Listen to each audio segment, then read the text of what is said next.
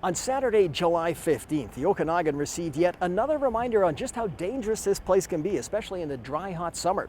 The Okanagan Center fire tested the local fire department, and while 8 homes were indeed lost to the flames, many more were saved. Today on Up Front, Lake Country Fire Chief Steve Windsor.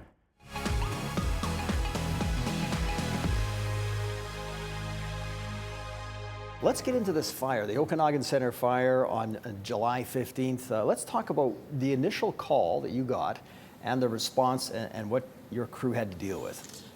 Being a Saturday afternoon, and being predominantly a paid on call, which means our members are on pagers, so they're not actually at the fire halls.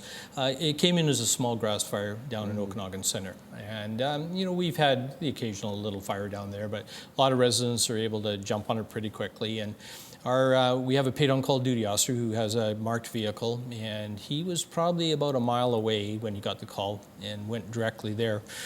I was actually in Kelowna at the time, and I kind of felt, just kind of because of the weather conditions, that we better pack up and start heading home. And so as soon as I got into the car, I was talking to him on the phone, asking him, like, what do you have going? And he said, he said a few choice words, but sure, bad was definitely in the vocabulary that day. So that really got the wheels turning for us. So not only our own 3 fire halls, but we immediately asked for Ellison Fire Department to respond and Kelowna Fire Department to respond as well. How many trucks did you get out there? In total, I'm between the regional district, which had fire trucks there ultimately from Joe Rich. We had Peachland. We also had 2 from North Okanagan, which were BX1 Lake and Armstrong, which were supplied by the province of BC. They coordinate those kind of outer district areas. So we probably had about 14 trucks, and we also brought in the fireboat from Kelowna and the fireboat from Northwest side. They have large monitors and pumps, so they were able to kind of attack the fire that had jumped across the road towards on the lake side.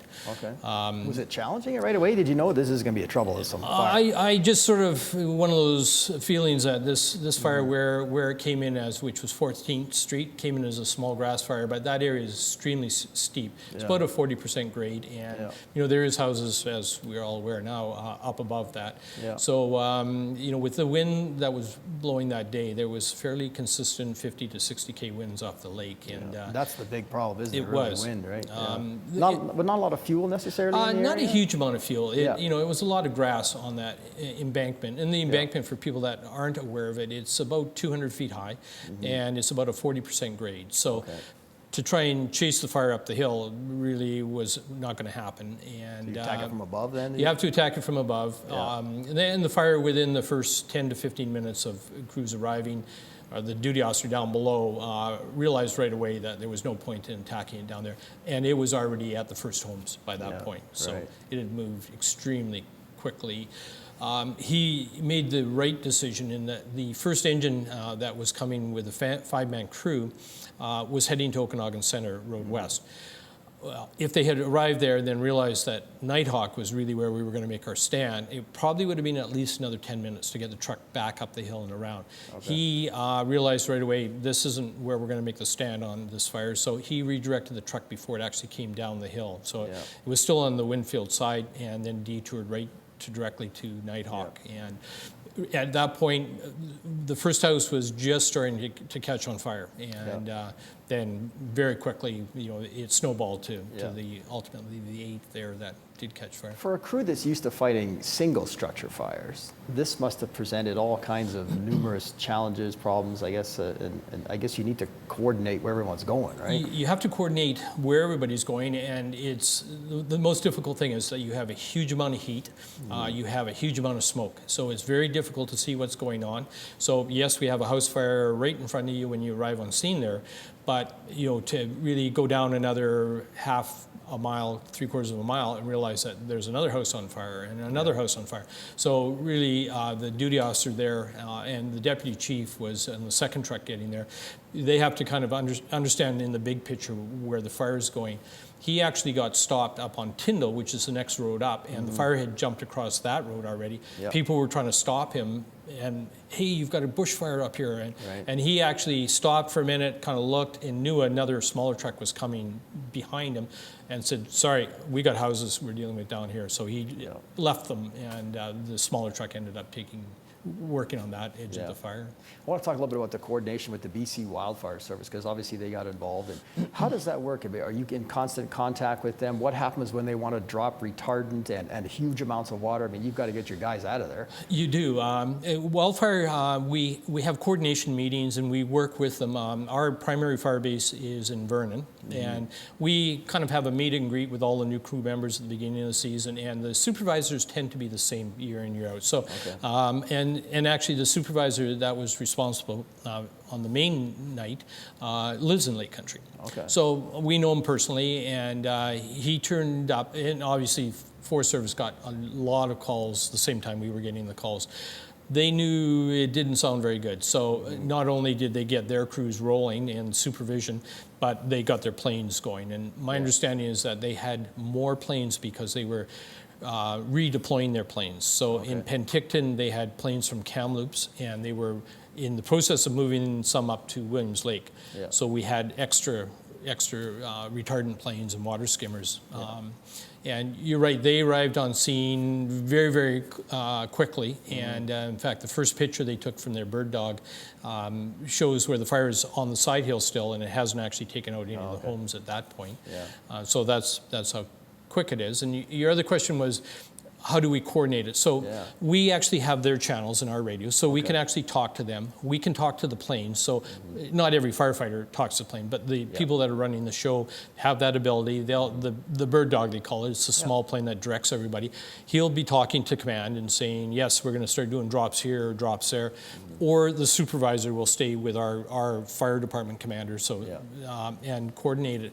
One of the things that people don't realize is we do the evacuations, and they're tactical initially, and I was involved up on the Long Road side with the RCMP, that we had been in there with Kelowna, Nelson, and Lake Country along that long road. It's very steep. The fire was just cresting over that hill. So we were all set up in the different homes and that, and then Forestry said, pull the crews back now. And okay, we take their word for it. Either something bad is happening with the fire, and in this case, it was because they wanted to do retardant drops. Right. So we pulled all of our crews back. They do the retardant drops. If people are wandering around any of these fire scenes, they will not drop the retardant. And that brings up another point, right? If under an evacuation order, the homeowner can stay, but they present problems for those drop the planes and stuff because they won't drop the retardant. They won't drop the retardant if they think they may hit somebody. So yes, that is a concern. Adults are allowed to stay in their homes. If you leave or are away from your home when the evacuation order is in place, you're not allowed to go back in. So if you're in there, you stay in there. If you come out, you're not getting back in. In this case, I think we had one individual that made that decision. His house did not burn down. He was up on Long Road. And he set up sprinklers and made the decision he was going to stay at the house. He stayed indoors, so in fact, I was at his house. I didn't even realize somebody was there, but that is one of the reasons why we want everybody out. For sure. Sounds good. All right, we'll take a short break and come back and talk a little bit about what we've learned from this forest fire.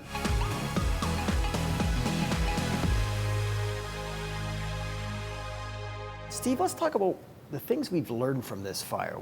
Overall, what do you feel the community of Lake Country learned from this forest fire? I think community members are well aware that we're in an interface area, and we do take advantage. We took advantage of a provincial grant to do a big area of fire mitigation work up around the Lakes subdivision, and so there is money. It has to be administered by the local government, and we have to hire foresters and contractors to do the work. So, and being a small municipality, difficult to Right. to take advantage of those, and I'm sure council will be reviewing that. Property owners also, though, we do, when people are building homes, for example, we look at whether it's in a wildfire area, and then it's our opportunity to ask them to bring in a forester and make recommendations for wildfire mitigation work. And that can be as simple as just delimbing trees around the house and the type of plants that you put around your house. Yeah. The other big thing that we really look at, and sometimes it's difficult for people building homes, is access. In 2003, I believe there was a number of homes that the decision was made not to try and protect them because it was very limited access and they were concerned about crews being trapped. Right. So we require a staging area, depending on how far off the road these homes are, but we require often a staging area and a turnaround. We want to get our trucks so that they're able to leave. If things start to go bad, we can get our crew and our vehicles out of there. So that's all part of the kind of the big wildfire picture that the district looks at. And nowadays we're no longer building on the valley bottoms. We're building on these areas that are on the hillsides and that. There's quite a bit too that property owners can do, and as I mentioned, fire mitigation around their property, type of plantings that they can do. There's simple things. There's a company in West Kelowna that manufactures a lot of wildfire equipment. And one of the things they came out with is a gutter device that you clip onto your gutter with a garden hose attached, and it actually lays down water on top of your roof. And you do it with a broomstick, actually. So, and we saw recently Penticton had a fire where this fire is coming towards a number of homes, and homeowners are up there on ladders on the roof trying to get a sprinkler to stay. These things are so simple and they're very reasonable. So pre-plan them, have them. An example of an individual that pre-planned and their home was saved. It was close to being lost, but and it was quite a ways back from the original fire. It was up on Long Road. He has a big in-ground swimming pool. A couple of years ago, he talked to us and said, and he backs onto a municipal park, and it's a wildland park. Yeah. He was always very concerned about the wildland situation. So, big swimming pool, probably 50,000 gallons of water. He went out and bought 2 fire pumps and fire hose and nozzles. Okay. So he realized the fire was coming in his direction, so he laid it all out, ready to fight the fire, and then thought better of it, and everybody's being evacuated, and he said, yeah, no, I'm out of here. The fire in that situation was actually right at the house. It was burning against the house. One of our fire crews just happened to go up that particular driveway and went, there's a fire pump, there's hose. They started the pump, and it literally saved that house. Wow. So his planning, and if we had to lay out the hose and get the trucks, going, may have saved the house, but may not have, whereas this individual clearly saved his own. Did we learn anything from 2003 Kelowna fires, the Gary Philman report on the firestorm? Was there anything in there that maybe mitigated this fire? I think, it's in a very difficult area, and those homes, most of them were built, 20 years ago. Yeah. So today we may have done things a little different if that was a brand new subdivision. But I think Philman definitely identified a lot of things, and a lot of things to do with fire departments on, the speed of which you can get equipment. And we have an extremely good program here in the Valley, not just with the province, but with the municipalities here. Yeah. So when we call for equipment, it comes from all the neighboring departments. And the other thing that's kind of changed too is that, when we get on scene, or sometimes they make that judgment call as well, but they used to always have to get a supervisor on scene for BC Forest Service. And then they would go yes, we definitely need air tankers or helicopters or crew. Yeah. Now, as a result of that, they now take the commander's word, who's responsible on the scene. Yeah. And if we say we need air tankers now, we've got a wildland interface fire, they get things in the air. So they jump on things a lot quicker in interface areas for sure. We had a chance to talk to some Lake Country residents, and here's what they had to say about the Okanagan Center fire. Do you think Lake Country was prepared for something like that? Do you feel this community's ready if it happened again? I think so, yeah. And I haven't lived here long enough to really know, though. Might be interested to find out what's happening as far as prevention and looking into the future and fireproofing all the communities. The incredible thing about the whole thing is that, when I think about it, fire trucks are trying to get down there, And people are coming down going, what's wrong? It's a fire. Don't be so stupid. Get out of the way. Stay away until it's over. If you want to come and be a looky-loo after the fact, then fine. And I don't like that either because I'm living in front of my house in my trailer. But the fact of people driving up and down there constantly was just ridiculous. Getting in the way of the fire engines, they're putting themselves in danger as well. It just doesn't make any sense. So there's two lines of thought there. The one is prevention and the other one is the looky-loos, which cause all kinds of grief. But let's stick with prevention because you've been talking about that a little bit. Lake Country is one of the fastest growing communities in BC, if not Canada. And I guess from a fire chief perspective, what would you like to see the city do in terms of helping you fight fires in the future? I mean, one of the examples might be having a secondary exit from communities. You've got some big ones going in there, Lake Stone, McKinley Landing, and I guess maybe just what would you be asking the mayor, for example? We've asked, and we do have a couple of big subdivisions that were built a number of years ago, and there has always been plans for both of these subdivisions to have a secondary means of escape. Yeah. Right now, one is a gravel road that is through private property, so that it does create some issues there. But the municipality is fully aware now that with every subdivision of these larger subdivisions that we need to get away from that single entry exit. And we've had some issues on one of them. It wasn't actually a wildfire, it was a major car accident, and the time of day it happened, the road coming out was blocked for about 4 or 5 hours, and everybody was just stuck. So, and the community has been very interested. We've had community meetings with the subdivisions talking about escape routes. And escape routes can be a walking route too. And for example, the Lake subdivision, the long-term plan is for a secondary drive out, and it's been, I think, in kind of the design stage. But right now we do have a means of escaping out underneath. There's a tunnel that the highway's put in underneath the new highway, and as long as people are aware of it. Yeah, I mean, for sure, yeah. I'm kind of curious, and one thing that we were hoping to do in that particular subdivision, there's a number of RCMP officers live, and they're on their community association.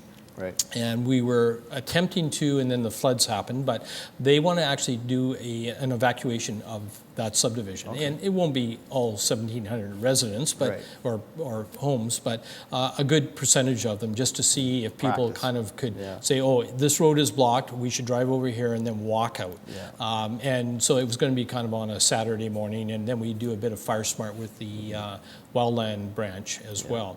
Unfortunately, we didn't get to that this year, but we have had a number of talks with their groups up there, and you just get the information out about zero escaping or using the type of material that you're planting. I want to talk about that a little bit. Cedar shake roofs and cedar hedges. They must be something you're concerned about. Yeah, those are pretty scary, and I think the Philman report showed that, that cedar shake roofs, unless they're treated with fire retardant, and there is a material that you can put on them. We don't generally see them in the valley here. In Lake Country, I don't believe I've seen a new house with shake for probably 10 years. And also on the side, we're seeing stucco or hardy plank, and that's another thing that we like to see. There again, it's fire retardant. But you can, still have issues with, as you mentioned, cedar hedges. They're popular, they grow well. They make nice fences. They make nice fences, good neighbors, but they burn extremely well, extremely hot. And I noticed on Nighthawk on a border between two homes, and I don't know if it really had any impact, but there was what was left of cedar hedges. The disadvantage to them as well is that if they catch on fire, they will go straight up into and get the fire going in the attic space. Right. So your home may be very fire smart, but if you get that fire in that attic, it's going to be pretty much a write-off anyways. So I want to talk briefly about prescribed burning. We talk about that, and is it better not to have some controlled burns in the fall, for example, going into the winter when you've got good venting days, as opposed to having absolutely no control when something like this happens? The municipality with the regional district has very tight controls on burning and who's allowed to, and you have to have minimum of a hectare of property. We have been encouraging, especially our parks department, down in that area. The foreshore is actually all park, so it's probably about 4 or 5 kilometers long. Yeah. And they get a lot of buildup down there. And we have recommended that they do some wintertime prescribed burning down there. Yeah. The issue is that the people that live in those neighborhoods, they don't want the smoke. Don't want the smoke. Right. And afterwards, it's a black area for a while until they'll spring green up. So the Parks Department has really been going down there with chippers and manually trying to remove as much as they can. So they're working at it. Thinning, I guess, too. But right? we think these controlled burns in the wintertime, it's kind of more natural. It gets rid of that duff, that underground, that stuff on the ground there. And so we recommend it, but not necessarily council's opinion either. Yeah. Okay, we'll take another short break and come back with more with the Lake Country Fire Chief, Steve Windsor.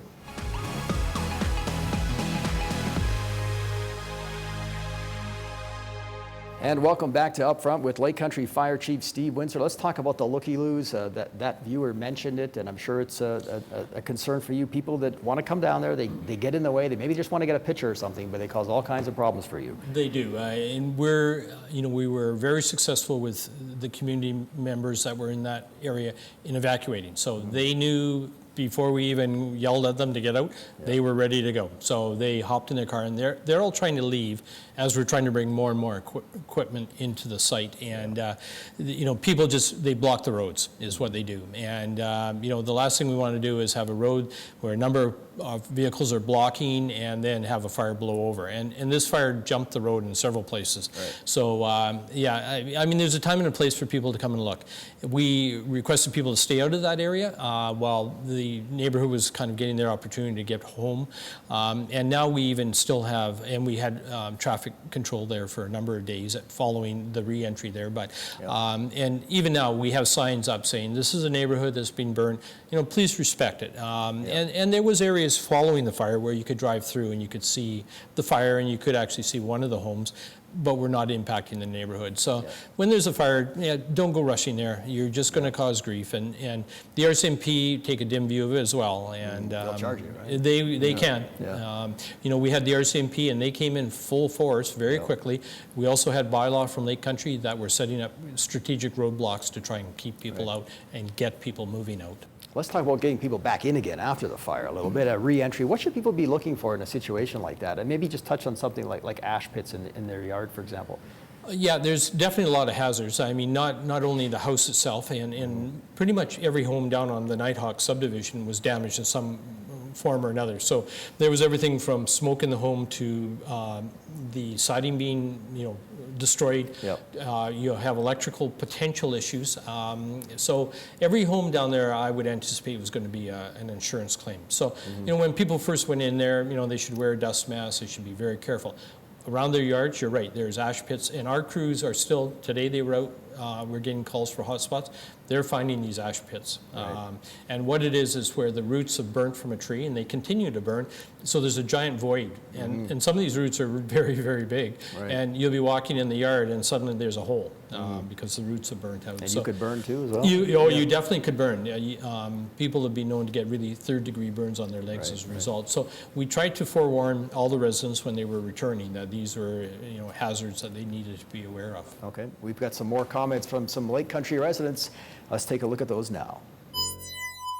I'm a Nighthawk resident, and they did an amazing job for us. I've heard lots of people criticize them, but to me they were absolutely amazing. Thank you very much for all your hard work. I reported it myself at 4:30, and without a word of a lie, the fire truck was coming down into Nighthawk when an air bomber was coming over at the same time, an air bomber, and that's, I'd say, 15 to 20 minutes at the most. They're amazing. They are. There's people complain that not enough is getting done, but it's crazy. I can't even imagine what all gets done by them, and they're wonderful. They're heroes. Is there anything you'd like to say to the fire chief and his team? Other than it was an amazing job, and thank you for saving my house. So the message there is a big thank you. Now, you might say you're just doing your job, but I mean, a lot of people, they don't even notice you guys in many cases until something like that happens, something right? bad happens, yeah. And not just for our crew members, and they put a lot of work, and still are putting a lot of work on the fire, but also the other crews that came in and assisted. The Forest Service was tremendous. They helped us all week with big crews, and obviously when the initial fire came in, they brought in a lot of air resources to help us. I'm sure we would have lost more homes if we didn't have that kind of support from everybody. Right on. Now let's just talk briefly about the cause. The weather wasn't an incident in this particular case. It appears to be human caused. The RCMP today coming out suggesting that in fact it was arson. That's correct. I've just heard that. We knew right away it was likely human caused because the area where the fire started, there was no homes. There had been no lightning, no electrical lines down, and no vehicle fires. So we knew it was human caused. There was a lot of rumor that it was a campfire because logs had rolled down the hill, gone across the road into the green space on the lakeside, and it looked like it could have been a campfire. Yeah. I was kind of suspect it might not have been. Now they've clearly come out with that it was arson, and somebody intentionally set that, and intentionally they have destroyed eight families, for the next year to rebuild their lives. Yeah. Well, it sounds like you still got quite a bit of work ahead of you. Thank you for joining us on this day on Upfront. You're very welcome. Thank you.